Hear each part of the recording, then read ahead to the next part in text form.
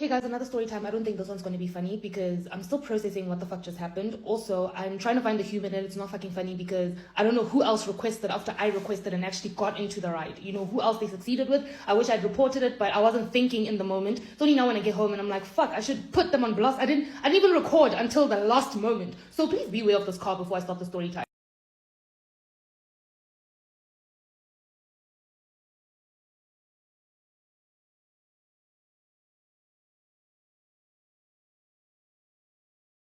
Honestly, I'm pissed because I didn't think fast enough. I really panicked. The first thing I did when I got back into KFC was cancel the ride without even screenshotting the details. So by the time I realized that, fuck, I made a big mistake and a big injustice for myself on my behalf and other women who might have fallen victim to whatever the fuck they had going on. It was too late. Like, the car was already turning the curb. The most I could do was record that short video of the car and its number plate, and I hope it does help moving forward. So I go to KFC Airport Junction, right? My ride there was normal. Like, it was absolutely normal. Great driver, 7-star driver, good jokes, good music, good vibes. He drops me off at KFC. I pay. He drops me off. I get into KFC, order my meal, and I request for another ride to take me back to my apartment, right? So this driver, first red flag, was where he wanted us to meet within Airport Junction. And I'm like, no, but I requested from KFC. Why don't you just fucking pick me up at KFC? He was like, okay, cool. I'll pick you up at KFC. The car arrives. I walk towards the car. And I can see that the driver has, like, he's turned back and he's talking.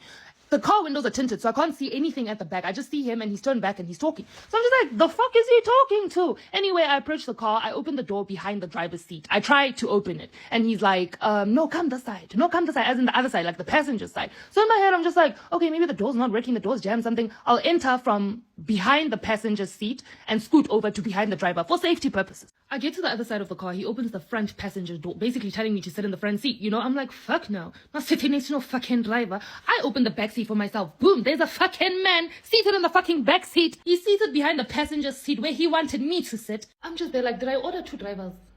Did I order a passenger with the driver? To be fucking honest, I'm such a Honda Civic, bro. Like, my brain didn't process what was happening fast enough. So I kind of just stood there frozen because surely you're a client, right? You're gonna pay and you're gonna leave so I can get in and go where I'm supposed to. I have places to be. And I don't know why I thought like this, because the weird part is it took me 2 to 3 minutes to get to the car. Like, the driver waited for me because I was also waiting for my food, right? So within these 2 to 3 minutes, if this man was a client, he would have exited the car a long time ago. My mind is so slow. It didn't even sense danger immediately because you're parked in front of KFC. The fuck are you gonna do? People get shot in front of establishments all the time. Who the fuck do I think I am? Bro, I'm standing there frozen. I'm looking at this guy like, are you not gonna get the fuck out of the car? He's looking at me like, are you not gonna get the fuck in? And he's not even the driver. He's looking at me like, get the fuck in. You're wasting time. And it was confirmed by him saying it, that get in. And as he's saying get in, he's holding my arm. He reached out of the car to hold my arm, and I'm not even talking about the driver. I said no. I'm saying no. As I'm backing the fuck up, I walked straight into KFC. I didn't even look back. I sat down and I canceled the ride. I was just like, what the fuck just happened, you know? Eventually he leaves, and as he's leaving, I'm just like, fuck, I'm going to need evidence that this fucking shit happened, and it could happen to someone else right now. I know he accepted another ride right now, you know? Record something. And that's when I recorded the snippet, and I don't know what to do with this information now, bro. Like, can I go to the police with a video of the number plate? What do I do?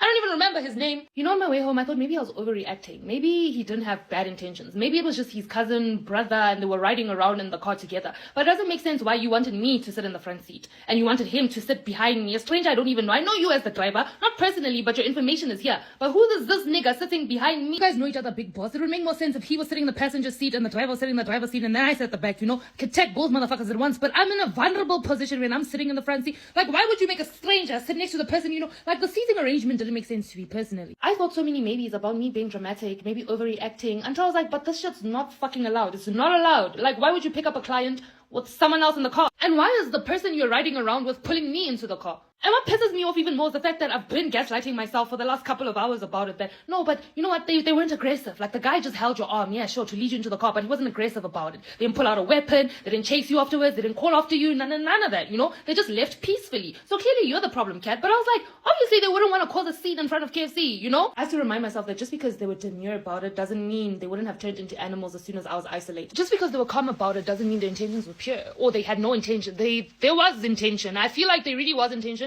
and now I'm so conflicted, bro, because, like, what the fuck do you even do? The cops might not even take it seriously because they didn't actually do anything to me. They didn't actually do anything to me. You know, nothing actually happened.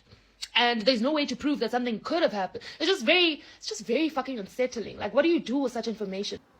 Hi guys, so always trust your instinct and always be cautious and safe.